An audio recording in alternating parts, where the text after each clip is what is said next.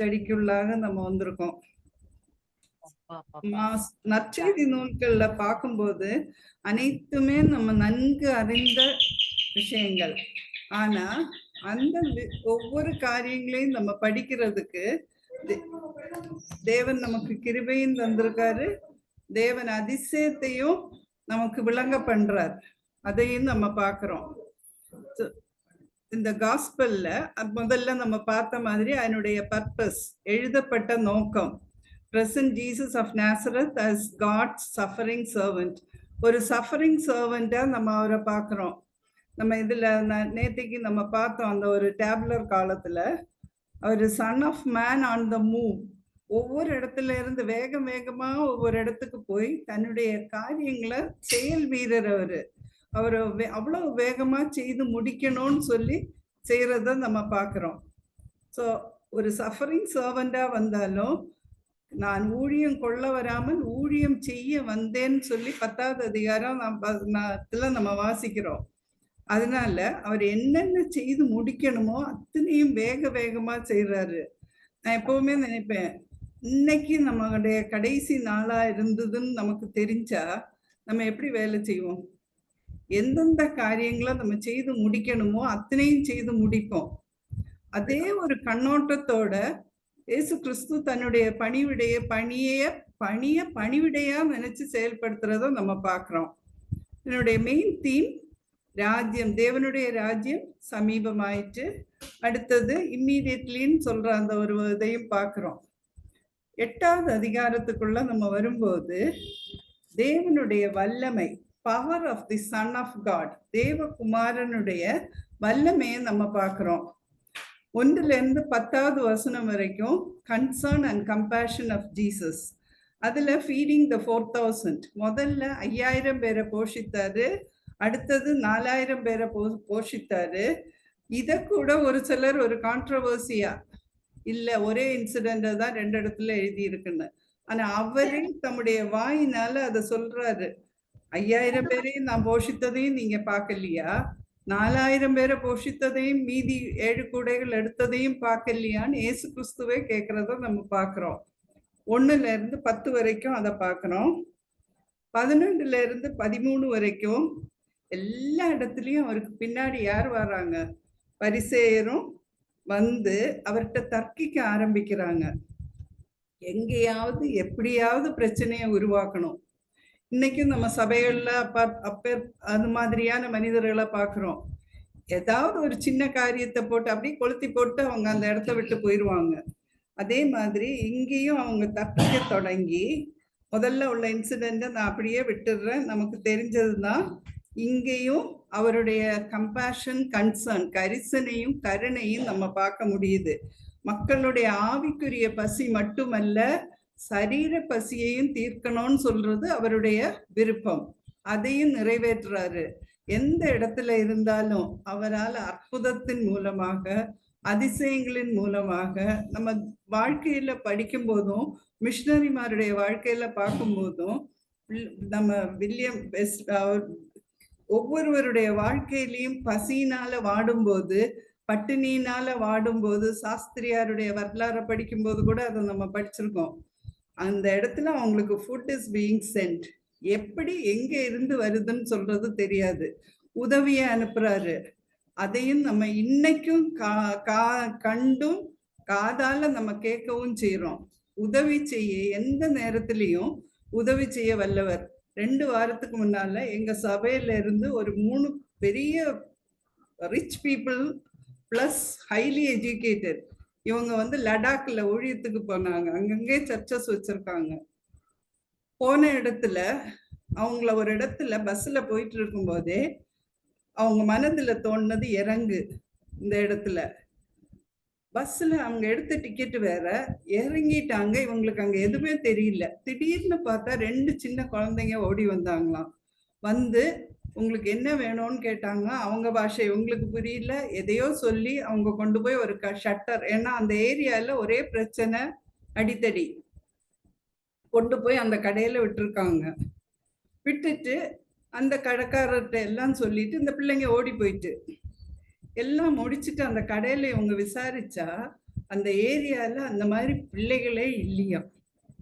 So கர்த்தர் இன்னைக்கும் நம்முடைய பிள்ளைகளுக்கு ஒத்தாசை, பிசிக்கல் ப்ரொடெக்ஷன் கொடுக்குறாரு, ஆவிக்குரிய வார்த்தையை தராருன்னு சொல்றத நம்ம பார்க்க முடியுது. ஸோ நம் தேவன் இன்றும் ஜீவனுள்ள தேவன். அவருடைய மகத்துவத்தை நம்ம வாயால வர்ணிக்க முடியாதுன்னு சொல்றத நம்ம வாழ்க்கையில அனுபவிக்கிறோம். 3 நாளைக்கு முன்னால 5 மணி ப்ரேயர்ல இதை ஷேர் பண்ணாங்க. It was so great. So Jesus is alive, he is living today. அவருக்கு பிள்ளைகளை அவர் என்னைக்கும் கைவிட மாட்டாருன்னு சொல்றதும் நம்ம பார்க்க முடியுது. அடுத்தது நம்ம பார்க்குறோம் பாரசீஸுடைய கன்ஃபியூஷன், அதையும் குயிக்கா போயிடலாம். அடுத்த புளித்த மாவை குறித்து சொல்றாரு. அந்த புளித்த மாவு சீஷர்களுக்கு அவர் பேசுறாரு. எதனாலன்னா, இந்த மாதிரி பரிசேயர் சதுசேயர் இந்த மத போதகர்கள் எந்த விதத்திலேயாவது உங்களை கரப்படுத்திடுவாங்க. இயேசுவாமியே சோதிச்சவங்க மனுஷனை சோதிக்காம இருப்பாங்களா? கண்டிப்பா இல்லை. அதனால அவங்கள குறித்து எச்சரிக்கையா இருங்கள்னு சொல்றாரு. 15வது வசனத்துல பாக்குறோம். பரிசேயருடைய புளித்த மாவை குறித்தும் ஏரோதின் புளித்த மாவை குறித்தும். இந்த புளித்த மா ஒரு டிராப் போதும், இது நம்ம எல்லாருக்கும் தெரியும். புளிச்சிட்டுன்னா புளிக்காத ஒரு மாவுல கொஞ்சம் புளித்த மாவு ஊத்திட்டோம்னா அத்தனையும் போயிடும். அதே மாதிரி அவங்க உங்களை கெடுத்துருவாங்க. அதனால யோசனையா இருங்க, கேர்ஃபுல்லா இருங்கன்னு சொல்றாரு. 17வது வசனத்துல இருந்து 21வது வசனம் வரைக்கும் சீஷருக்கு தான் அட்வைஸ் கொடுக்குறாரு. அந்த அட்வைஸ் எப்படி இருக்குதுன்னு பாருங்க. எல்லாம் கேள்வி ரூபத்துல இருக்கு. ஸோ இயேசு கேள்விகள் மூலமாக போதித்தார், கேள்விகள் மூலமாக விடையளித்தார். இங்க இதுல நீங்க நம்பர் போட்டு பாருங்க, 9 கேள்விகளை நம்ம பார்க்க முடியும். ஸோ கண்ணிருந்தும் காணாமல் இருக்கிறீர்களா, காதுகள் இருந்தும் கேளாமல் இருக்கிறீர்களா, நினைவு கூறாமல் இருக்கிறீர்களா, இங்கதான் சொல்றாரு. 5 அப்பங்களை 5000 பேருக்கு பங்கிட்டேன். அடுத்தது 7 அப்பங்களை பங்கிட்டேன். அதையும் நீங்க பார்க்கதானே செய்தீங்க, அதையும் உணராது இருக்கிறீர்களான்னு சொல்லி சீஷர்களிடத்துல கேள்வியின் மூலமாக it's a rebuke and an advice. கொஞ்சம் கடிந்து கொள்றாரு, உங்களுக்கு ஒரு அட்வைஸையும் கொடுக்கறத நம்ம பார்க்குறோம். அடுத்தது அங்க இருந்து பெத்சாய்தா ஊருக்கு வர்றாரு. அங்க ஒரு குருடனை சுகப்படுத்துறாரு. இந்த குருடனை சுகப்படுத்தும் போது அந்த control over the deformity of the person, அந்த மனுஷனுடைய குறைபாட்டை கட்டுப்படுத்துறாரு. அதை எப்படி செய்யறாருன்னா, பல இடங்கள்லயும் அவருடைய மிரக்கிள்ஸ் நம்ம பார்க்கும்போது வார்த்தையினால் சுகப்படுத்தினாரு, ஆக்ஷன் செயல்னால சுகப்படுத்தினாரு, தொட்டு சுகப்படுத்தினாரு. இங்க ஸ்டெப் பை ஸ்டெப் ஹீலிங். பல வேளையிலும் ஹீலிங் அந்த விடுதலை இம்மீடியட்டா இருக்கும். ஆனா இந்த இடத்துல பாக்குறோம், முதல்ல அவன்கிட்ட தொடும்படி அவரை வேண்டிக் கொண்டார்ல, அவர் குருடனுடைய கையை பிடிச்சிட்டு அங்கே அவர் செய்திருக்கலாம். ஆனா என்ன பண்றாரு, கிராமத்துக்கு வெளியே அழைத்து கொண்டு போய் கண்களில் உமிழ்ந்து அவன் மேல் கைகளை வைத்து எதையாகிலும் பார்க்கிறாயா, ஒரு ஸ்டெப். ஸோ ஃபர்ஸ்ட் ஸ்டெப் அவனை தொடுறாரு, கூட்டிட்டு போறாரு, கண்ணுல உமிழ்ந்து இது பண்றாரு, எதையாவது நீ பாக்குறியான்னு சொல்லி கேட்கிறாரு. ஸோ அவன் தன்னுடைய நிலைமைய சொல்றான். நம்ம நிலைமைய ஏசு கிறிஸ்துவிட்ட நம்ம எந்த நிலையில இருக்கிறோம்னு சொல்றத உண்மையா அவர்கிட்ட சொல்லிட்டோம்னா அவர் கண்டிப்பா நமக்கு விடுதலை தருவாருன்னு சொல்றத இங்க பார்க்கணும். சொல்லிட்டு இதையும் சொல்லிட்டு என்ன பண்றாரு, மறுபடியும் அவன் கண்களின் மேல் கைகளை வைத்து அவனை சுகப்படுத்துறத நம்ம பார்க்கிறோம் இந்த இடத்துல. ஸோ டிஃபார்மிட்டி, அவனுடைய குறைபாட்டை நிறைவு செய்யறாரு. வாழ்வின் குறைவுகளை நிறைவு செய்ய நம் தேவன் வல்லவர். ஆனா அவர் நம்மிடத்துல எதிர்பார்க்கிறது, come to me as you are. நீ எந்த நிலையில இருக்குதியோ, எந்த நிலைமையில உன்னை கர்த்தர் வச்சிருக்காரு, அதை ஓப்பனா நம்ம சொல்லணும்னு நினைக்கிறாரு. பலரும் சொல்றாங்க அறிக்கையிட தேவையில்லை. இல்லை, கண்டிப்பா தேவை. God expects that from us. நம்ம பிள்ளைங்கள்ட்ட வாய் விட்டு படின்னு சொல்ற மாதிரி தான் அவர்கிட்ட நம்ம வாய் விட்டு பேசணும்னு விரும்புறாரு. அடுத்தது கிளியரிங் த டவுட். ஸோ அந்த இடத்துல பார்க்கும்போது அவர் சில யோவான் ஸ்நானனா, யாரு இவர், தீர்க்கதரிசியா, இந்த மாதிரியான பிரச்சனைகள் அங்க ஓடிட்டு இருக்கு. நீங்கள் என்னை யார் என்று சொல்லுகிறீர்கள் 29வது வசனத்துல. அப்பதான் பேதுரு சொல்றாரு, நீர் யாரு? நீர் கிறிஸ்துன்னு சொல்றாரு. கிறிஸ்துன்னு சொல்லும்போது மேசியா, கிறிஸ்டோஸ்ன்னு சொல்ற கிரேக்க பதத்துல இருந்து வந்ததுதான் இந்த கிரைஸ்ட்ன்னு சொல்ற வார்த்தை. அனாயிண்டட், மேசியா, மேசியான்னா அனாயிண்டட், கிறிஸ்டோஸ் சொல்றது கிறிஸ்து. ஸோ அந்த கிறிஸ்துன்னு சொல்ற பதத்தை கரெக்டா இங்க பேதுரு அவருக்கு சொல்றாரு. ஆனா அதை சொன்ன உடனே அவர் என்ன சொல்றாரு, நம்ம மற்ற இதுல பார்க்கும்போது இத மாம்சமும் ரத்தமும் உனக்கு அறிவிக்கல, மற்ற நற்செய்தி நூல்ல நீ இத தேவனிடத்துல இருந்து பெற்றுக்கொண்டேன்னு சொல்லி சொல்றாரு. இங்க அதை குறிப்பிடல, நீ யாருக்கும் இதை சொல்லாதேன்னு சொல்லிட்டு போயிடுறாரு. அடுத்த வசனத்தை நம்ம பார்க்கும்போது 8வது அதிகாரம் 31வது வசனத்துல என்ன பார்க்கிறோம்னா, தன்னுடைய மரணத்தை குறித்து அவரே முன்னறிவிக்கிறார். ஸோ 3 இடத்துல இந்த மார்க் நற்செய்தி நூல்ல அவர் மரணத்தை முன்னறிவிக்கிறத பார்க்கிறோம். 8:39-31 வசனத்தை நம்ம நினைவு வைக்கிறது ரொம்ப ஈஸி. 8, 9, 10 அதிகாரங்கள்ல 8:31, 9:31, 10:33 இந்த 3 இடங்கள்லயும் 3 முறை மற்றபடி மரணத்தை குறித்து மறுரூப மலையில சொல்றாரு, அது அவர் முன்னறிவித்தது இல்லை. மற்ற இந்த 3 இடங்கள்ல தான் தன்னுடைய மரணத்தை குறித்து தானே முன்னறிவிக்கிறத நம்ம பார்க்கிறோம். அதுக்கப்புறமா அந்த மரணத்தை சொல்லிட்டு அப்பதான் பேதுரு கிட்ட சொல்றாரு, அப்பதான் சொன்னாரு, நீ ரொம்ப கரெக்டா சொன்ன, ஆனா இதை யாருக்கும் சொல்லாதேன்னாரு. அடுத்த மினிட்டே பேதுருவுக்கு என்ன பட்டம் கிடைக்குது, எனக்கு பின்னாக போ சாத்தானே. ஸோ தேவனுடைய சித்தத்தை புரிந்து கொள்ளலன்னு சொல்லும்போது தன்னுடைய சீஷனா இருந்தாலும் வனாந்திரத்துல தன்னை சோதித்த சாத்தானே எப்படி எனக்கு பின்னாக போன்னு சொன்னாரோ அதே லெவல்ல தான் ட்ரீட் பண்றாரு. ஸோ நம்ம விழுந்தோம்னா நம்ம வாழ்க்கையில அவருடைய விருப்பத்திற்கு எதிராக செயல்பட்டோம்னா நாமும் இந்த மாதிரியான காரியங்களை கேட்க வேண்டியது இருக்கும். ஸோ காஸ்ட் ஃபாலோ ஜீசஸ் 31 இருந்து 38 வரைக்கும் நம்ம பார்க்கும்போது தேவனை நம்ம ஏன் பின்பற்றணும்னு சொல்றத பார்க்கிறோம். அவன் ஒருவன் என் பின்னே வர விரும்பினால், வசனம் 34, அதாவது it is up to you. நேற்றுக்கு நம்ம பார்த்த மாதிரி இட்ஸ் ஃப்ரீ வில். அவர் எல்லாத்தையும் சொல்லிட்டாரு, தேவனுடைய ராஜ்யம் சமீபம்னு சொல்லிட்டாரு, நித்திய வாழ்வை பற்றி சொல்லிட்டாரு, எல்லாத்தையும் வச்சுக்கோ. ஆனா நீ என் பின்னே வர விரும்பினால் தன்னைத்தான் வெறுத்து உன்னுடைய சுய சித்தத்தை விடணும், உன்னுடைய சுய காரியங்களை விடணும், உன் சிலுவையை எடுத்துக்கொண்டு இட் இஸ் சஃபரிங். கிறிஸ்துவை பின்பற்றுகிறவங்களுக்கு சஃபரிங் உண்டு உண்டு என்பதை திருப்பி திருப்பி இயேசுவானவர் சொல்றத நம்ம பார்க்கிறோம். நமக்கும் அது வலியுறுத்தப்படுது.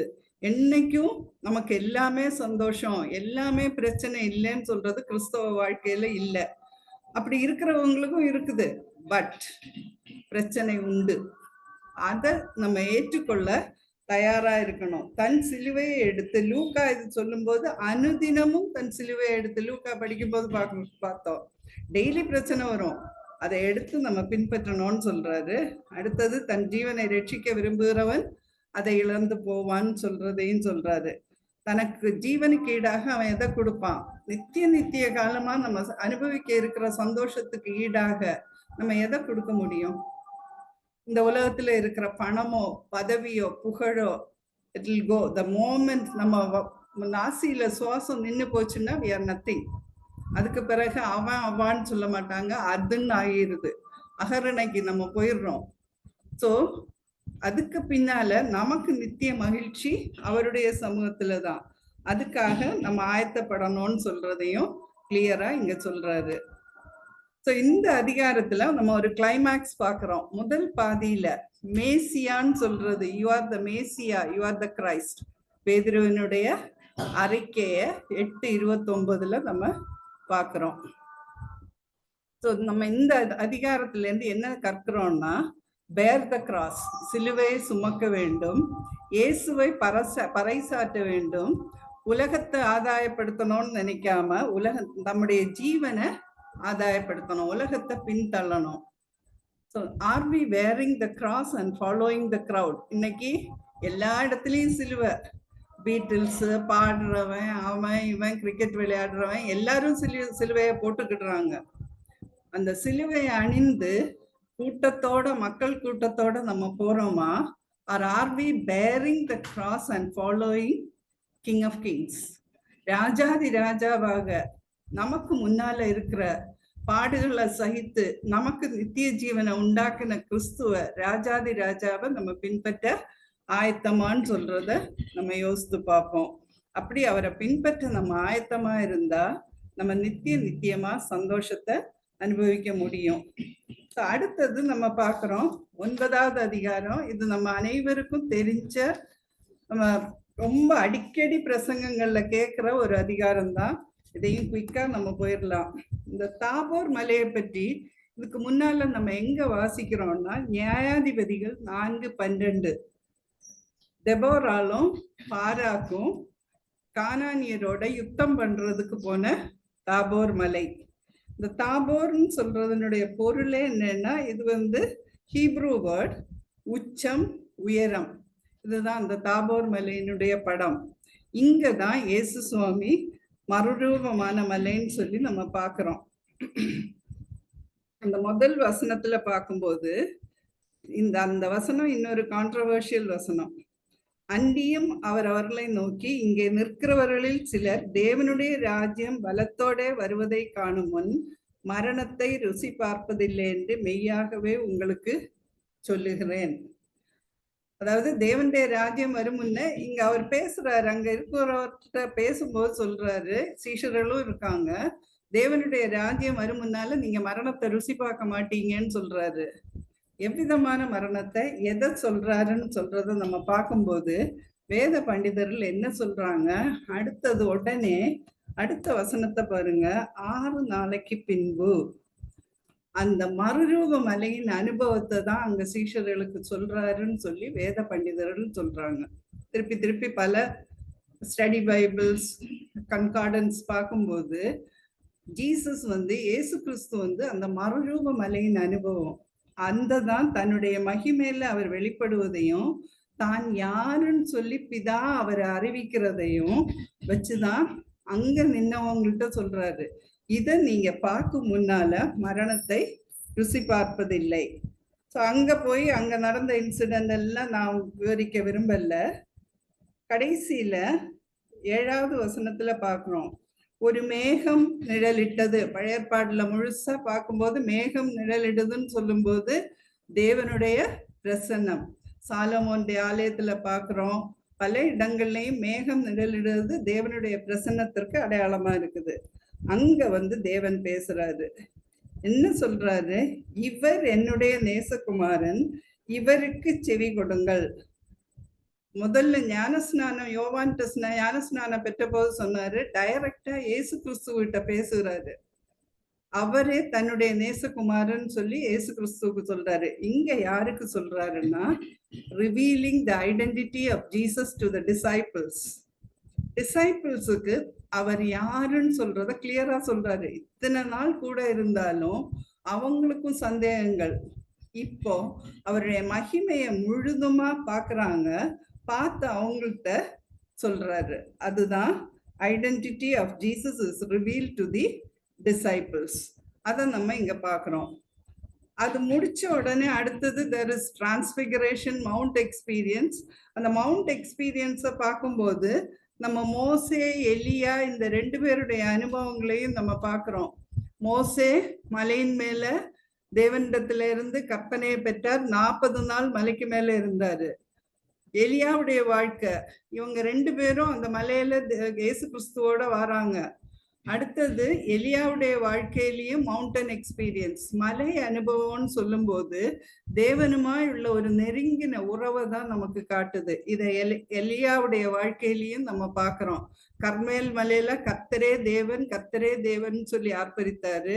தனியா எசபேல் அவரை கொன்றுவான்னு சொல்லும்போது என்ன தவிர யாருமே இல்லைன்னு சொல்லி சோர்ந்து போயிருந்த வேளையிலையும் மெல்லிய சத்தத்திலையும் மலையின் உச்சியில தான் கர்த்தர் எலியாவோடையும் பேசினாருன்னு சொல்றதும் நம்ம பார்க்கிறோம்.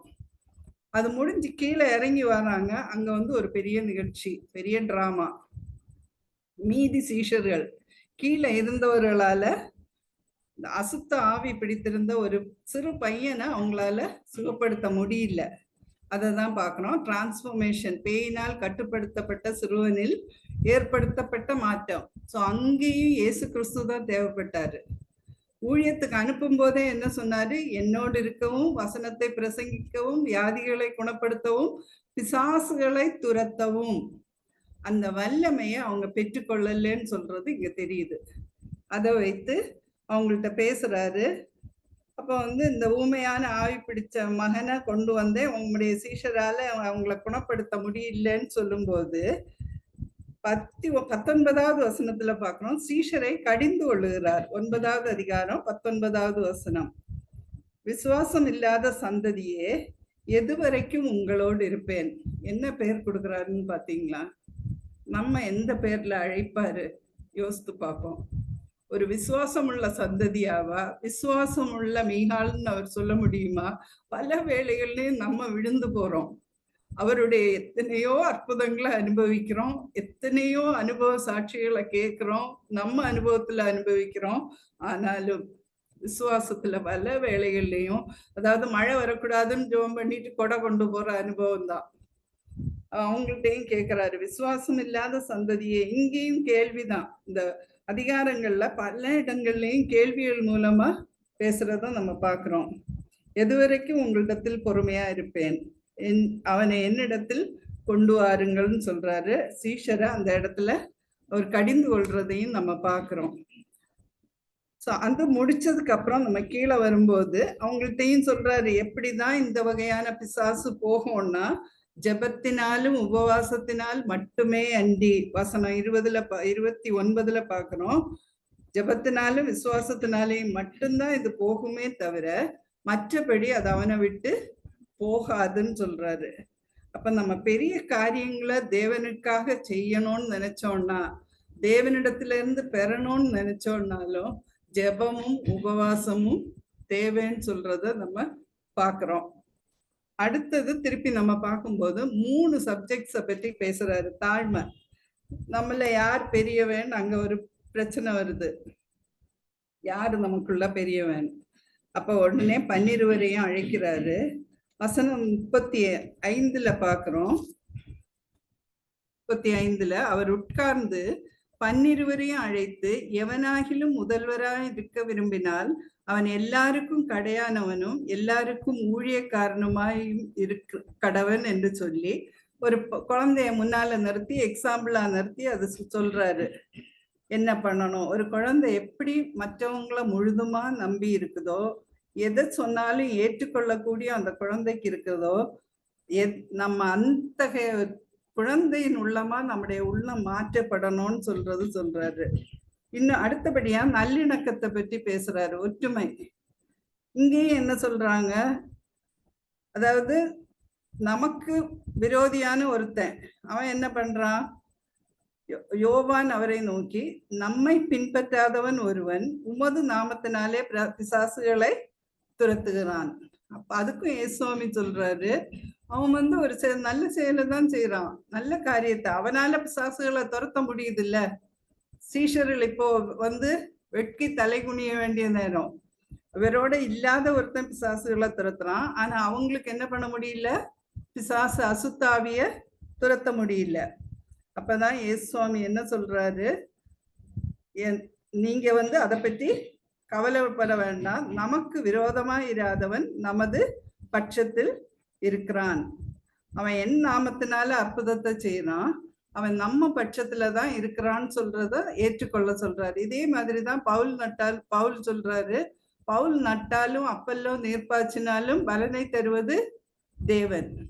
யார் செய்தாலும் சரி, தேவனுடைய ராஜ்யம் பிரசித்த பண்ணப்பட, தேவனுடைய ராஜ்யத்துக்கு மக்களை ஆயத்தப்படுத்தப்பட, ஆனா அது தகுதியான முறையில இருக்கணும், வேதத்தின் அடிப்படையில இருக்கணும்னு சொல்றது ரொம்ப ரொம்ப இம்பார்ட்டன்ட். எத்தனையோ ஊழியங்கள் இன்னைக்கு தவறான போதனைகள், யங்ஸ்டர்ஸ், நியூ ஜெனரேஷன் சர்ச்சஸ், பலவிதமான பிரிவினைகள் நிமித்தம், அங்க போதிக்கப்படும் போதனைகள் நிமித்தம் பெற்றோரை கூட மதிக்காம இருக்காங்க. பையன் எந்த கம்பெனியில வேலை பார்க்கறான், ஒரு ரொம்ப ரிலீஜியஸ் ஃபேமிலி, நல்ல குடும்பம், ஊழியம் செய்யறவங்க. பையன் எந்த கம்பெனியில வேலை பார்க்கறான்னா அப்பாக்கு தெரியாது. அவன் கம்பெனி மாறினது தெரியாது. அவன் போற சர்ச்சுக்கு அவனுடைய காணிக்க சம்பளத்தை ஃபுல்லா கொடுத்துடுறான். பெற்றோரை பார்க்கணும்னு சொல்ற எண்ணம் இல்லை.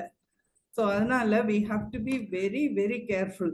நம்ம பிள்ளைய எங்க போறாங்க, எங்க வராங்க, எங்க ஆராதிக்கிறாங்க. ஆவிக்குரிய வாழ்க்கையில முன்னால நிக்கிற மாதிரி இருக்கும். ஆனா உன் தகப்பனையும் தாயையும் கனம் பண்ணுவாயாகன்னு சொல்ற அந்த போதனையே அவங்க மீறிடுறத நம்ம பார்க்கிறோம். அடுத்தது நரகத்தை பற்றி சொல்றாரு. நரகத்தை பற்றி சொல்லும்போது 3 காரியத்தை சொல்றாரு. உன் கை உனக்கு இடறல் உண்டாக்குனா அதை தரிச்சிரு, கால் இடறல் உண்டாக்குனா அதை தரிச்சிரு, கண் இடறல் உண்டாக்குனா அதையும் தரிச்சு போடுன்னு சொல்றாரு. எப்படி இந்த கை என்ன பண்ணா என்ன பண்ணும்? கையுடைய செயல்கள், நம்ம செய்யக்கூடிய காரியங்கள் மற்றவர்களுக்கும் இடறலா இருந்து நமக்கும் இடறலா இருந்ததுன்னா நீ அதை செய்யாதேன்னு சொல்றதுக்கு தான் சொல்றாரு. கையை வெட்டி போட்டுட்டோம்னா அது எல்லாமே சரியாயிராது. மாற்றம் எங்கதான் வேணும்? நம் மனசுக்குள்ள. Transformation should start in the mind of the person. மனசுக்குள்ளதான் மறுரூபம் வர வேண்டும். இந்த இடத்துல ஃபுல்லா நம்ம தான் பார்க்கிறோம். மறுரூபம் மலையில இருந்து ஒரு சிறு பையனை அவனுடைய வாழ்க்கையில மறுரூபப்படுத்துறத பார்க்கிறோம். அடுத்தது முழுவதுமாக உள்ள ஒரு டீச்சிங்கை இங்க பார்க்கிறோம். 3 காரியங்களை. இதுவரைக்கும் ஆக்ஷன் கிங்கா செயல்பட்டாரு, செயல் வீரரா செயல்பட்டாரு. இதுல இருந்து நம்ம பார்க்கும்போது ஒவ்வொரு அற்புதங்கள் தவிர மீதி அவருடைய போதனைகளா வந்துட்டு இருக்குது. தாழ்மையை பற்றி போதிக்கிறாரு, நல்லிணக்கத்தை, ஒற்றுமையை பற்றி போதிக்கிறாரு, நரகத்தை பற்றி. ஸோ உன்னுடைய கை, உன்னுடைய செயல் உனக்கு இடரலா இருந்தா அதை நிறுத்திக்கோ. அடுத்தது கால், நீ போகிற இடம், எங்க நீ போற, எதை செய்யற, எந்த காரியங்கள், யாரோட. நம்ம 1வது சங்கீதத்துல பார்க்கிறோம், துன்மார்க்கருடைய ஆலோசனையில் நில்லாமலும் பாவிகளுடைய வழியில் நடவாமலும். அடுத்தது நடந்தாச்சுன்னா அடுத்தது அங்க உட்கார்ந்துருவோம் இல்ல. இப்படி ஒவ்வொரு ஸ்டெப் பை ஸ்டெப். அதனாலதான் காலை சொல்றாரு. அடுத்தது கண். நம்ம கண் பார்வை. பார்வையினால் நம்ம செய்யக்கூடிய பாவங்கள். எந்த வயசுலயும் பாவம் சாத்தான் ரெடியா இருக்கிறான் நம்ம சோதிக்கிறதுக்கு. அந்த சோதனையில விழுந்து போகாம இருக்க நம்ம சர்வாயுத வர்க்கத்தை தரித்து கொள்ளணும். எபேசியர் 6 பவுலப்போஸ்தலன் சொன்னதை போன்று நம்ம சர்வாயுத வர்க்கத்தை தரித்து கொள்ளவில்லை என்றால், முதியவர்கள் ஆனாலும் சரி, வாலிபர்கள் ஆனாலும் சரி, நடுவயதினர் ஆனாலும் சரி, பாவத்தில் தாரகை போன்ற சுத்தர் தரையில் வீழ்ந்து மயங்குகின்றார். எத்தனையோ பெரிய பெரிய ஊழியர்கள் விழுந்து போனதை நம்ம கேட்டிருக்கிறோம், வாசித்திருக்கிறோம். நம்ம ஏமாத்துறோம். தேவனுக்காக பிரகாசித்தவர்கள். அதனால்தான் பக்தன் பாடினாரு, தாரகை போன்ற சுத்தர்கள் தரையில் வீழ்ந்து மயங்குகின்றார் தாரணியில். ஸோ அந்த நிலைக்கு நம்ம போகக்கூடாதுன்னு சொல்றாரு. அடுத்தது உப்பை பற்றி சொல்லி விடுறாரு. உப்பு எதுக்காக நம்ம பயன்படுத்துறோம்? இது நம்ம அடிக்கடி கேட்குற ஒரு மெசேஜ் தான். உப்பு it's a preservative, it's a purifier, it makes things palatable. நம்ம அதை பியூரிஃபை பண்ணுது. அடுத்தது அதை ப்ரிசர்வ் பண்ண யூஸ் ஆகுது. அடுத்தது அதுல இருக்க கேடுகளை அகற்றுது. அத மாதிரி நம்முடைய வாழ்க்கை இருக்கணும்னு சொல்லி விரும்புறாரு. ஸோ லேவியாராமத்துல நம்ம பார்க்கிறோம் 2:13 உப்பு பலிகளிலும் பயன்படுத்தப்பட்டதை நம்ம லேவியராகமம் 2:13 பார்க்கிறோம். ஸோ தேவனுடைய ஃபெய்த்ஃபுல்னஸ், அவருமாய் உள்ள நம்ம உறவுல உள்ள அந்த ஃபெய்த்ஃபுல்னஸை உப்பு ஒரு உதாரணமா காட்டுது. So it makes a difference. ஒரு பொருளை அதனுடைய டேஸ்ட்டை மாத்துறதுக்கு உப்பு பயன்படுது. தென் கவுண்டர் ஆக்ட் பண்ணுது. அது ஒரு மாரல் டீகே. ஒரு பொருள் கெட்டு போகாம இருக்கணும்னா, இப்ப நம்ம பிக்கிள்ஸ் போடும்போது அதுல எந்த அளவுக்கு கரெக்டா சால்ட், உப்பு ஆட் பண்றோமோ அத்தனை நாளுக்கு அது கேடு கூடாமல் இருக்கும். ஸோ அதை தான் அங்க பாக்குறோம். So salt of the earth. நம்ம இதை அன்பினாலும் தேவனுடைய வசனத்தினாலும் நம்ம காத்து கொள்வதனால நம்ம உலகத்துக்கு உப்பா இருக்கலாம்னு சொல்றத நம்ம இங்க பாக்குறோம். அடுத்தது நம்ம இந்த மறுரூப மலையில அவரோட இந்த படத்தை பார்க்கும்போது எவ்வளவு இந்த ஒரு ஸ்லாக்கியம் கிடைக்கிறது நம்ம யோசித்து பார்க்க முடியுமா? கர்த்தர் நமக்கு இந்த ஸ்லாக்கியத்தை தரணும்னு சொல்லி நம்ம ஒவ்வொருத்தரும் ஜெபிப்போம். அவருடைய பாதத்துல நம்ம போய் விழணும். அவரு கைகளை நீட்டி நம்ம ஏற்றுக்கொள்ளணும். இந்த படத்தை பார்க்கும்போது அதுதான் யோசித்தேன். இந்த மோசே வந்து நியாயப்பிரமாணம், எலியா தீர்க்கதரிசிகள் 2 பேரும் இங்க மீட் பண்றாங்க. யார? பரிசுத்தராகிய பரமபிதாவனுடைய குமாரன் இயேசு கிறிஸ்துவ. அததான் நம்ம பார்க்கிறோம். அங்க வந்து கிறிஸ்துவனுடைய மகிமை வெளிப்படுது. அதுல ஒரு சின்ன தாட் என்னன்னா, a time of delight, மகிழ்ச்சியின் நேரம், தேவனின் குரல், தேவனுடைய குமாரன் என்று அவர் அறிவிக்கிறார். அடுத்தது டைம் ஆஃப் இன்டிமசி, ஒரு நெருங்கிய நட்பின் நேரம். யாரெல்லாம்? எலியா, மோசே, இயேசு கிறிஸ்து. நியாயப்பிரமாணம் ஒரு பக்கத்துல, தீர்க்கதரிசி இன்னொரு பக்கத்துல, 2னுடைய தொடர்பா வரக்கூடிய இயேசு கிறிஸ்து. பழைய ஏற்பாடு வேண்டாம், புதிய ஏற்பாடு மட்டும் போதும்னு சொல்றவங்களுக்கு இந்த ஒரு இன்சிடென்ட் போதாதா? இன்னைக்கு அந்த மாதிரியான போதனைகளும் இருக்குது. இயேசு கிறிஸ்துவினோட 2 பேரும் நிக்கிறாங்க. நீ நம்ம வெளிப்படுத்தல பாக்குறோம். வரும் நாட்கள்ல இதையும் நம்ம பார்க்கதான் இருக்கும். உயிரோட நம்ம கர்த்தர் வச்சிருந்தாருன்னா இவங்க 2 பேரும் திரும்பவும் நம்ம பார்ப்போம்னு சொல்றத வெளிப்படுத்தல நம்ம பார்க்கிறோம். அடுத்தது, அப்ப இயேசு கிறிஸ்து இந்த நியாயப்பிரமாணத்துக்கும் தீர்க்க தரிசனத்துக்கும் தொடர்பா நமக்கு இன்னைக்கும் நம்மோட ஜீவிக்கிறார். அடுத்தது, it's a time of revelation, வெளிப்பாட்டிற்கான நேரம்.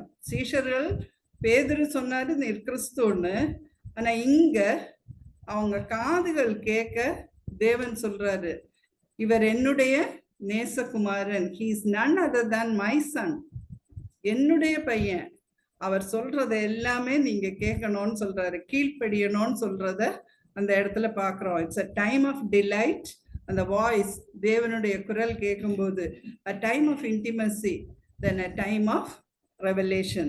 இதை நம்ம இதுல பாக்குறோம். அடுத்தது குயிக்கா 10வது அதிகாரத்துக்கு போயிடலாம். 10வது அதிகாரத்திலையும் பல டாபிக்ஸை பற்றி இயேசு சுவாமி பேசுறாரு. தென் இந்த சன் ஆஃப் மேனை பற்றி சொல்லும்போது தேவனுடைய குமாரன், மனிதனுடைய குமாரன்னு அவரை சொல்லியிருக்கோம். எத்தனை மனிதனுடைய குமாரன் சொல்லி இயேசு கிறிஸ்து தாமே 81 முறைகள் சொன்னதா நம்ம கேட்கிறோம், வாசிக்கிறோம். ஸோ சன் ஆஃப் மேன் சொல்றது இன்னும் ஒரு இடத்துல தானியேல் 7:13-14 நம்ம வாசிக்கிறோம். அந்த heavenly figure son of man, மனித குமாரனா இருந்தாலும் மனித குமாரனும் தேவகுமாரனும் ஒன்று. மனிதனாக வந்தார், தேவனாக தன்னுடைய வல்லமையை நிரூபித்து தேவனோடு இந்த அரசாளுகிறாருன்னு சொல்றத நம்ம பார்க்கிறோம். அடுத்தது சாப்டர் 10ல வரும்போது டீச்சிங்ஸ் ஆஃப் ஜீசஸ். இங்கேயும் போதனை தான், ஒவ்வொரு காரியத்தை பற்றி. ஃபர்ஸ்ட் வந்து டைவர்ஸை பற்றி, 1 முதல் விவாகரத்து பற்றி ஆரம்பிக்கிறாங்க. இதெல்லாமே ஆரம்பிக்கிறது யாரு? தள்ளுதல் சீட்டை பற்றி. பரிசேயர் அவரை சோதிக்க வேண்டும் என்று வந்து இயேசுவாமியை டெஸ்ட் பண்றதுக்கு, சாத்தா மட்டும் வரல, மனுஷனும் இயேசுவாமியை டெஸ்ட் பண்றதுக்கு பரிசேயர் வராங்க. அப்பதான் அவர் வந்து இதை ஒவ்வொன்னா பற்றி சொல்றாரு. தள்ளுதல் சீட்டை பற்றி கேக்குறாங்க. அதுல 9வது வசனத்தை பார்க்கிறோம். தேவன் இணைத்ததை மனுஷன் பிரிக்காது இருக்க கடவன். இது எல்லா திருமணத்திலையும் நம்ம கேட்கிறோம். ஆனா இன்னைக்கு பிரிக்கிறதே மனுஷன்தான். நம்ம யோசித்து பார்ப்போம், பிள்ளைகளுடைய வாழ்க்கையில நம்ம சுற்றும் இன்னைக்கு அண்ணன் எப்பவும் சொல்லுவாங்க, அண்ணன் வந்து பேசும்போது குடும்பங்கள் சிதறடிக்கப்படுது, அதை பார்க்கும்போது கண்ணீர் வருதுன்னு சொல்லுவாங்க.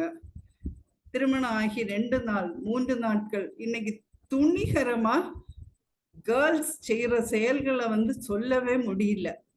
முன்ன வந்து ஆண்கள் பிரிவினைக்கு காரணமா இருந்த நாட்கள் போய் இன்னைக்கு பெண்களே பிரிவினைக்கு காரணமா இருக்கிறாங்க. பல இடங்கள்ல பெற்றோர் இதற்கு காரணமா இருக்கிறாங்க. இதுக்கு மொபைல் போன் ஒரு காரணம். காலையில இருந்து சாயங்காலம் வரை பொண்ணை கூப்பிட்டு எது வேணாலும் பேச வேண்டியது, கொடுக்க வேண்டிய அட்வைஸுக்கு படி ராங் அட்வைசஸ் கொடுக்கறது. அம்மாமார் வந்து கண்டிப்பா பி கேர்ஃபுல். பிள்ளைகளை வாழ விடுங்க. தேவையில்லாம நம்ம பாட்டியோ தாத்தாவானாலும் சரி, அப்பா அம்மாவானாலும் சரி, when you interfere unnecessarily, families will break. இதை தேவன் விரும்பல. தேவன் மனுஷனை இந்த மேரேஜை எங்க இன்ஸ்டிடியூட் பண்ணாரு? ஏதேன் தோட்டத்துல. மனுஷன் தனியா இருப்பது நல்லதல்லன்னு சொல்லி அவனுக்கு ஏற்ற துணையை உண்டாக்குனார். நம்ம அதுக்கு எவ்வளவோ நாள் ஜெபம் பண்றோம், எவ்வளவோ நாள் கர்த்தருடைய பாதத்துல காத்திருக்கிறோம். கடைசியில பிள்ளைகளை இணைச்சு வச்சுட்டு நம்மளே பிரிவுக்கு காரணமா இருக்கிறோம். சிந்திச்சு பார்ப்போம், எத்தனை குடும்பங்கள் இன்னைக்கு பிரிவினையில நிக்குது. திருமணமாகி 1 மணிக்கூர், 1 நாள், 1 வாரம், 1 வருடம் குடும்பங்கள் சிதறி போவதும் நம்ம பார்க்கிறோம். இது முதல்ல வெஸ்டர்ன் கண்ட்ரீஸ்ல தான் இருந்ததுன்னு நினைச்சோம். இன்னைக்கு நம்ம கண்ட்ரீஸ்ல வெஸ்டர்ன் கண்ட்ரீஸை விட culture has become very very worse. என்ன வேணும்னாலும் செய்யலாம், எப்படி வேணும்னாலும் வாழலாம், ஏன்னா கை நிறைய பணம் இருக்குது. என் பையன் இப்படிதான் இருப்பான், என் பொண்ணு இப்படிதான் இருப்பான், நீ வேணும்னா இரு. So that is the trend now. இதை அதுதான் இந்த பரிசேயரும் இங்க கேட்குறாங்க. ஆனா இயேசுவாமி என்ன சொல்றாரு? It's not acceptable. அதை இயேசுவாமியும் ஆதரிக்கலன்னு சொல்றத நம்ம பார்க்கிறோம். அதே மாதிரி 1 கொரிந்தியர் 7:1 முதல் 16 வசனங்களை வாசிக்கும் போது கூட அந்நிய நுகத்துல பிணைக்கப்படுவது, இதுக்கும் நம்ம கேர்ஃபுல்லா இருக்கணும்னு சொல்றத நம்ம தெரிந்து கொள்றது நல்லது. அடுத்த டாபிக்கு போயிடலாம். ஸோ 12 வசனம் வரைக்கும் இதை பார்க்குறோம். அடுத்தது சிறு பிள்ளைகளை இயேசு சுவாமி ஆசீர்வதிப்பது. அதுல 14வது வசனத்தை பார்ப்போம். இயேசு அதை கண்டு விசனமடைந்து, ஏன்னா கொண்டு வராங்க பிள்ளைகளை, சீஷர்கள் அதட்டுனாங்க. பல வேளைகள்லையும் இயேசுவினிடத்துல வருவதற்கு தடையா இருக்கிறதே சீஷர்கள். நம்ம பெரும்பாலுள்ள ஸ்திரீக்கு எதுலையும் சீஷர்கள் அதுக்கு எதிராக பேசுறத பார்க்குறோம். இங்கேயும் இந்த சிறு பிள்ளைகளை கொண்டு வரும்போது அவங்க இதற்கு எதிராக அவங்கள அதட்டுறாங்க, வர வேண்டான்னு சொல்றாங்க. அதை பார்த்து ஜீசஸ் ஃபெல்ட் சேட், விசனம் அடைந்து அவங்கள கூப்பிட்டு என்ன சொல்றாரு? சிறு பிள்ளைகள் என்னிடத்தில் வருகிறதற்கு இடம் கொடுங்கள், அவர்களை தடை செய்யாதிருங்கள், தேவனுடைய ராஜ்யம் அப்படிப்பட்டவர்களுடையது. should be accepted as a child. ஒரு சின்ன குழந்தை அப்பா அம்மா எதை சொன்னாலும் அதை ஏற்றுக்கொள்ளும். ஒரு 4 வயசு, இப்ப இருக்கிற பிள்ளைங்க 3-4 வயசு வந்தோடனே கேள்வி கேட்க ஆரம்பிக்குது. அதுக்கும் காரணம் நம்ம தான், பிள்ளைகள் இல்ல. the way we bring them up. தெரியாத காரியங்கள் நம்ம என்ன பண்றோம்? சின்னதுல அதுங்களை சாப்பிட வைக்கிறதுக்கு செல்போனை போட்டு, பல பேரண்ட்ஸையும் நான் பார்த்துருக்கேன், செல்போனை போட்டு பாபா பிளாக் ஷீப் தானே போடுறோம், இல்ல ஏதாவது கார்ட்டூன் தானே போடுறோம், நம்ம ஊட்டுற நேரம் குயிக்கா பிள்ளைங்க சாப்பிட்றோம், கொடுக்குறோம். ஆஸ் டேஸ் கோ பை, இந்த சில்ட்ரன் அந்த மொபைல் ஃபோனுக்கு அடிமையாகிறாங்க. So who is responsible for it? குழந்தையா? இன்னும் வீடுகளில் வெஸ்டர்ன் கண்ட்ரீஸ்ல கூட பிள்ளைகளுக்கு நிறைய ரெஸ்ட்ரிக்ஷன்ஸ் இருக்குது. ஃபோனில், ஸ்கூல்ஸில் ரெஸ்ட்ரிக்ஷன் இருக்குது. நம்ம கண்ட்ரியில தான் இல்லை. தனி ரூமுக்கு போயிடுறாங்க. அங்கதான் பிள்ளைங்க தனி ரூம்ல இருக்குதுன்னா பேரண்ட்ஸ் கண்ட்ரோல் வச்சிருக்காங்க. 9 மணிக்கு மேல அந்த குழந்தை அந்த போனை தொட முடியாது. தனி ரூம்ல போனதுக்கு அப்புறம் அந்த குழந்தை தொட முடியாது. அன்னைக்கு ஒருத்தர் சொல்றாரு, படுக்கு முன்னால டைனிங் டேபிள்ல எல்லாருடைய போனும் வந்துடணும், இன்க்ளூடிங் த பேரண்ட்ஸ். அப்போ அப்படின்னா அவன் ரூம்ல போய் அதை பார்த்துட்டு இருப்பானா? கண்டிப்பா முடியாது இல்ல. அப்பா அம்மா முதல்ல வைக்கணும், நாமே வைக்க மாட்டோமே, நமக்கு வேணுமே. So we should be models. பிள்ளைகள் தவறி போறதுக்கு முதல் காரணம் பெற்றோர் தான் சொல்றத அடிச்சு சொல்ல முடியும். அதனால as parents our responsibility is great. God has given the children as gift to us. நமக்கு ஒரு பரிசா தான் தந்திருக்காரு. நீ வளர்த்துடுன்னு சொல்லி என் கையில தந்திருக்கிற குழந்தைய நான் எப்படி வளர்க்குறேன்? ஒரு ஸ்டேஜுக்கு பிறகு கண்ட்ரோல் பண்ண முடியாதுமா. இதை சின்ன வயசுல நம்ம ஆரம்பிச்சோம்னா தான் நம்ம பிள்ளைகள் கர்த்தருடைய பாதையில நமக்கு அதை சொல்ற நேரம் அதுல ஒரு 2 வசனத்தை சொல்லி கொடுங்க. படுக்கு முன்னால 2 வசனத்தை சொல்லி தூங்க வைங்க, ஜெபம் பண்ணி தூங்க வைங்க. So that's very very important. Out of the டாபிக்னாலும் இது நமக்கு தேவையான ஒரு போதனைன்னு சொன்னதுனால நான் சொல்றேன். ஸோ சிறு பிள்ளைகளை போல நம்ம மாறணும்னு சொல்றாரு. அடுத்தது ஒரு ரிச் மேன் 17ல இருந்து 22 வரைக்கும் பாக்குறோம். 22 வரைக்கும் ஒரு செல்வந்தன் வாரான். அவனுக்கிட்ட என்ன சொல்றாரு, நீ அவன் எல்லாத்தையும் பிரமாணத்தை, யூத பிள்ளைகள் 12 வயதுக்குள்ள அவங்க எல்லாத்தையும் கற்று அதை சொல்லி டெய்லி தூங்கும் முன்ன, பிதாவே உங்களுடைய கைகள் என் ஆவியை ஒப்புவிக்கிறேன்னு சொல்லிட்டு தான் தூங்குவாங்க. அந்த மாதிரி எல்லாத்துலயும் நான் வளர்ந்தவன் தான், எனக்கு எல்லாமே தெரியும், நல்ல போதகரேன்னு சொல்லிட்டு அவர்கிட்ட வாரான். ஒரு ஓப்பன்னஸோட தான் அவன் வாரான். ஆனா திரும்பி போகும்போது 22வது வசனத்தை பார்த்தா, அவன் மிகுந்த ஆஸ்தி உள்ளவனாய் இருந்தபடியால் இந்த வார்த்தையை கேட்டு மனமடிந்து துக்கத்தோடே போய்விட்டான். நற்செய்தி நூல்கள்ல நம்ம பார்க்கும்போது இயேசு கிறிஸ்துவண்டத்துல துக்கத்தோட போன ஒரே ஒரு மனுஷன் தான். அவன் எதற்கு அடிமை? தன் செல்வத்துக்கு அடிமை. இயேசு கிறிஸ்துவுக்கு தன்னை அடிமையாக மாற்றிக்கொள்ள அவனுக்கு விருப்பம் இல்லை. அவனை ஆட்கொண்டதெல்லாம் எதுதான்? பணம், wealth, material pleasures. So he was engulfed by the wealth and material pleasures. செல்வம் கூட கூட கூட தேவனை விட்டு விலகி செல்லக்கூடிய வழிகளும் அதிகம். இன்னைக்கு நம்ம சமுதாயத்துல அதை தான் பார்க்குறோம். ஐடி ஃபீல்டு வந்தது, ஐடியில் நல்ல சேலரி கிடைச்சது. இந்த பணம் தான் இன்னைக்கு எல்லா தீமைக்கும் காரணம். பணம் தீமைக்கு, பவுலப்போஸ்தலன் சொல்றாரு, பண ஆசை தான் எல்லா தீமைக்கும் காரணம்னு சொல்றாரு.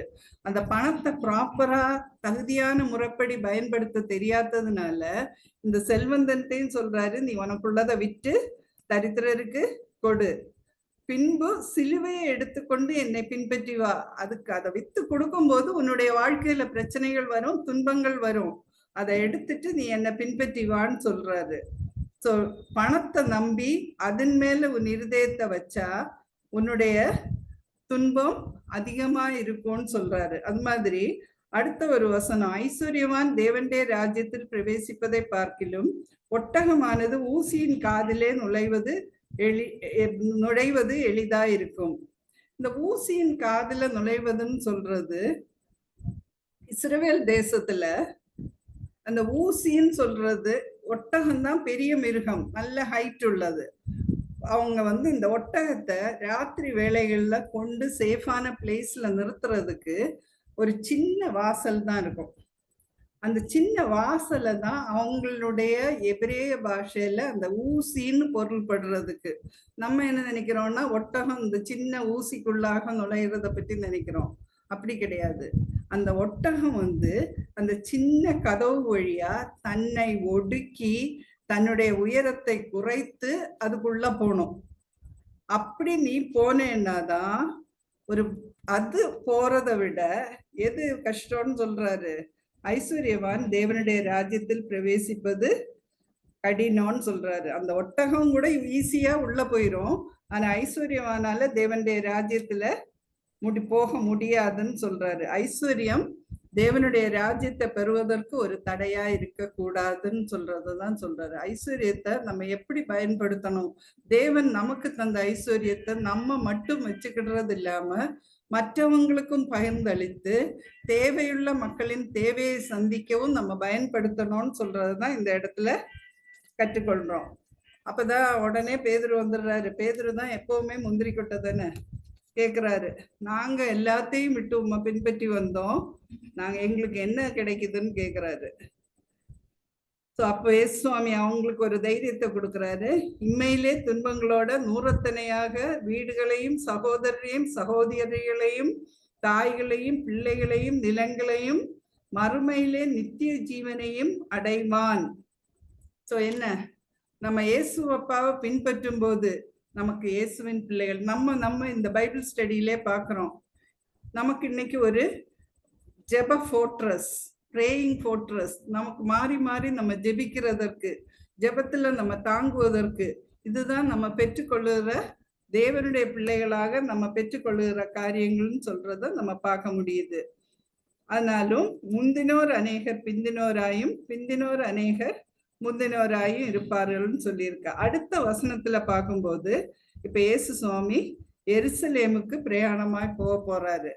அதுக்கு முன்னால ஸோ மேரேஜை பற்றி அவர் சொல்லும்போது marriage is based on God's word. அந்த திருமணம்னு சொல்றது தேவனுடைய வசனத்தை அடிப்படையா கொண்டது. 2 கொரிந்தியர் 6:14 பார்க்கிறோம். Marriage is rooted in creation. இது எங்க ஆரம்பிச்சது? படைப்புல ஆரம்பிச்சது. Is making one from two. 2 பேரா இருக்கிறவங்கள இருந்து ஒன்றா அவர்களை மாற்றுதுன்னு சொல்ற பார்க்கிறோம். Marriage is meant for a lifetime. So ஒரு நம்ம நினைச்ச நேரம் எடுத்துட்டு தூக்கி போட்டுட்டு போறதுக்கு இல்லை. It's not a dress that can be worn and thrown off immediately. எப்ப வேணுமோ நம்ம தூக்கி போட்டு போகலாம்னு சொல்றது இல்ல. தேவனுடைய சமூகத்துல நம்ம பல அறிக்கைகளை இடுறோம். பல பாஸ்டர் சொல்லி தந்து நம்ம சொன்னா கூட தேவனுடைய சமூகத்துல நம்ம எடுக்கிற தீர்மானங்கள் அது. அதனால it is meant for a lifetime. அடுத்தது இதுல இந்த அதிகாரத்துல நம்ம பார்க்கறது quest for greatness. எப்பவுமே நம்ம பெரிய ஆள், யார் பெரியவன் சொல்லி கேட்குறாங்க, அது இல்லை. Greatness is attained only through service. நம்ம சேவை செய்வது நிமித்தமாக. மற்றவன் காந்தி சொல்றாரு, ஏழையின் முகத்தில் இறைவனை பார்க்கிறேன், ஏழையின் சிரிப்பில் இறைவனை பார்க்கிறேன்னு சொல்றாரு.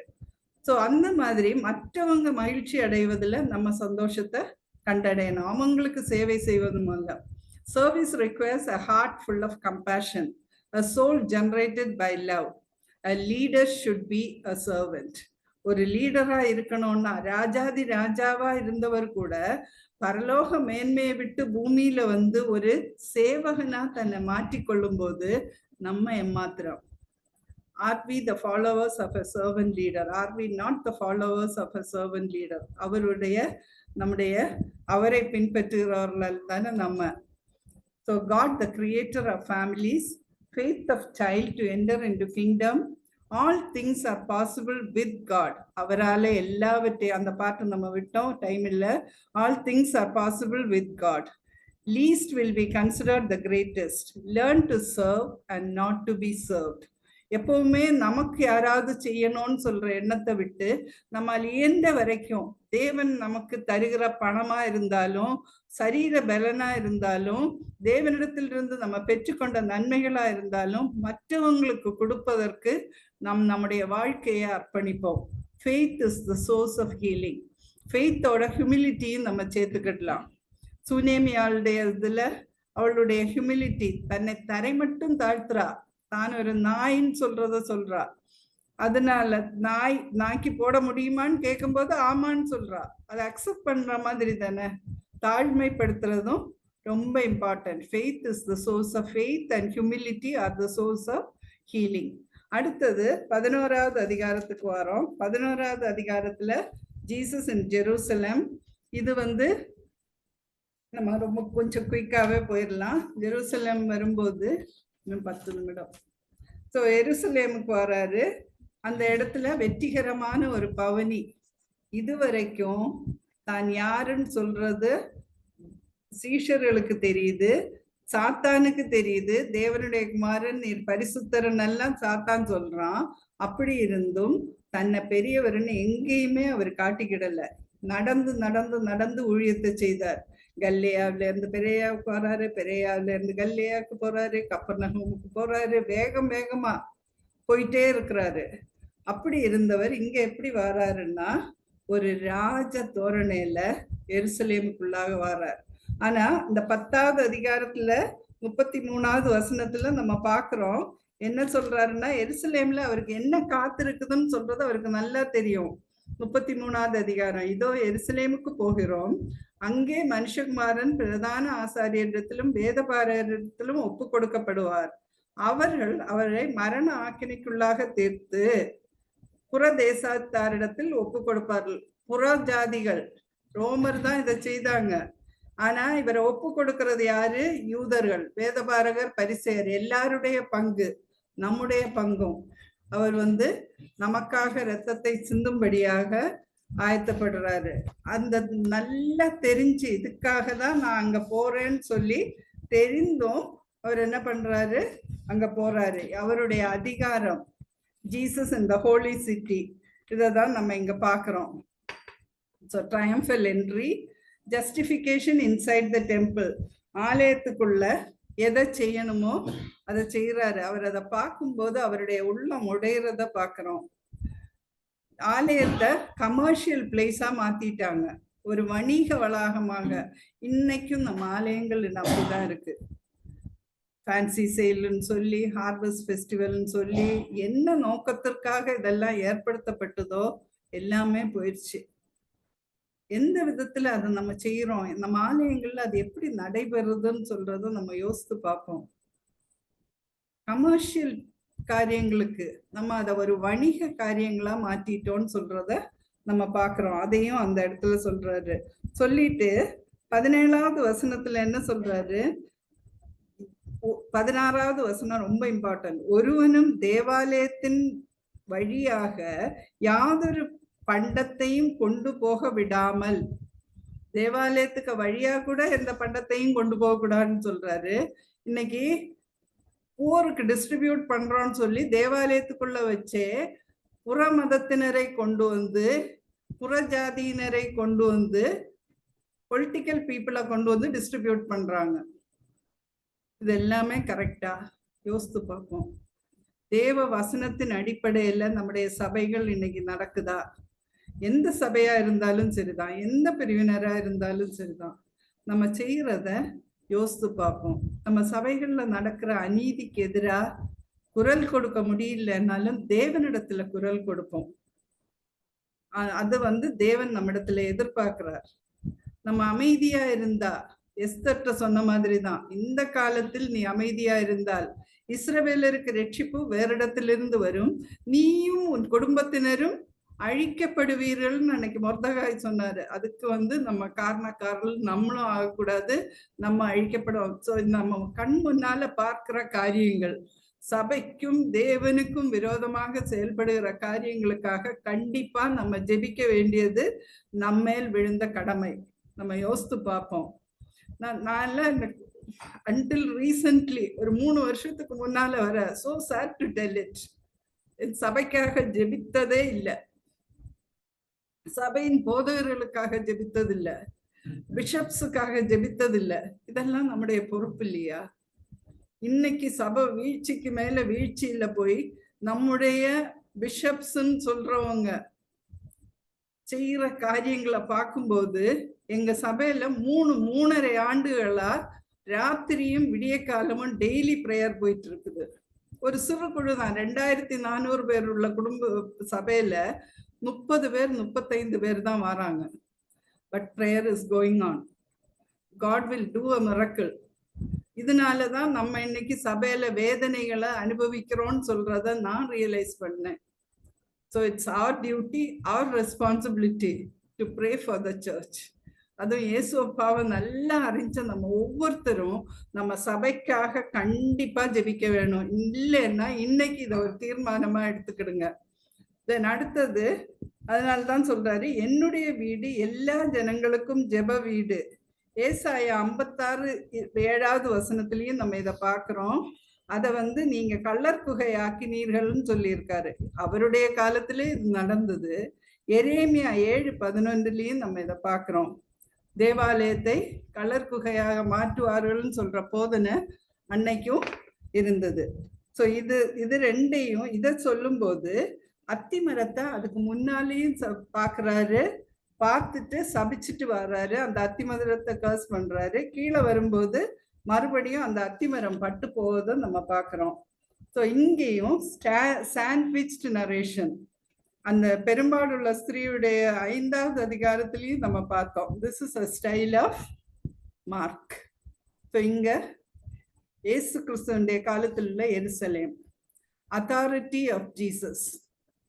ஸோ மேசியாவாக ஒரு ராயல் ப்ரொசஷன்ல அவர் உள்ள வர்றாரு. அவருடைய ரியாக்ஷன், எதிர்வினை என்னன்னா, அந்த ஆலயத்தை பார்க்கும்போது ஆலயத்துல நடந்த காரியங்களை வச்சு he was agitated, he was angered. So மனுஷனுடைய அவர் மனசுல ஒரு கலக்கமும் ஏற்படுது, கோபமும் ஏற்படுது. மெசாயா was annoyed. annoyedன்னு சொன்னா எரிச்சலும் வருது. ஸோ இந்த மாதிரி தேவனுடைய ஆலயத்தை சீர்குலைக்கிறாங்களேன்னு சொல்லி தன்னுடைய அதிகாரத்தை பயன்படுத்துறாரு. மேசியாவா வர்றாரு, அவருடைய எதிர்வினை ஆற்றுறாரு. ஆவியில் பதட்டம் அடைகிறார். ஆலயம் வியாபார மையமாக மாறிவிட்டது. அப்புறம் அவருடைய கோபத்தை பார்க்கிறோம், அவருடைய எரிச்சலையும் பார்க்கிறோம். ஸோ இந்த இடத்துல நம்ம நினைவு வைக்க வேண்டியது, அந்த அத்தி மரத்துல இருந்து நம்ம என்ன பார்க்கிறோம்னா, நம்ம காலத்திற்கு ஏற்பவும் காலத்திற்கு முன்னாடியும் எப்பவா இருந்தாலும் நம்ம கனி தருகிறவர்களா இருக்கணும். அந்த மரம் ஃபுல்லா வேலையா இருந்ததுனாலதான் தேவன் அதனிடத்துல கனியை எதிர்பார்த்தாரு. ஆனா அதனிடத்துல கனி இல்லை, வெளி தோற்றம் தான் இருந்தது. நம்ம எப்படி இருக்கோம்? Are we bearing fruit? காலத்திற்கு ஏற்பவும் தீமோத்தேயுவுக்கு எழுதும்போது சொல்றாரு, எந்த இடத்துலயும் சுவிசேஷத்தை பிரசங்கிங்கள்னு சொல்றாரு. Proclaim the gospel. ஸோ நம்ம கனி கொடுக்கிறவங்களா இருக்கோம். நம்ம டைம் அண்ட் டேலண்ட், காலமும் திறமையும் தேவனுக்காக பயன்படுத்துவோம். தென் காட்ஸ் ஹவுஸ், தேவனுடைய வீடு, ஆலயம், ஆராதனைக்குரிய இடம். கள்ளர் குகையா மாற்றுறதுக்கோ வியாபாரம் நடத்துறதுக்கோ பணத்தை சேர்க்கிறதுக்கோ உள்ள இடம் இல்லைன்னு சொல்றத தெளிவா நமக்கு சொல்றாரு. Faith and doubt cannot coexist. தேவனிடத்துல இருந்து ஒரு அற்புதத்தை நம்ம பெறணும்னா அதுல நம்பிக்கையும் சந்தேகமும் ஃபெய்த் விசுவாசமும் ஒன்றா இருக்க முடியவே முடியாது. நமக்கு நம்பிக்கை இருக்கலாம், ஆனா அதே டைம்ல டவுட்டிங் தாமஸா நம்ம இருக்கக்கூடாது. சந்தேகிக்க கூடியவர்களா இருந்தா தேவனுடைய அற்புதத்தை நம்ம பார்க்க முடியாது. forgive in order to be forgiven. நம்ம மன்னிக்கப்படணும்னு நினைச்சோம்னா நம்ம மன்னிக்க வேண்டும். கடைசியில விதவை பார்க்கிறோம். அடுத்த அதிகாரத்துல நம்ம அப்புறமா பார்க்கலாம். இன்னைக்கு நம்ம ஜெபித்து முடிக்கலாம். தேவன் நம்மோடு பேசின காரியங்களை நம்ம யோசித்து பார்ப்போம். அவர் நம்மகிட்ட என்னென்ன செய்ய சொல்றாருன்னு சொல்றத நம்ம சிந்தித்து பார்த்து ஜெபித்து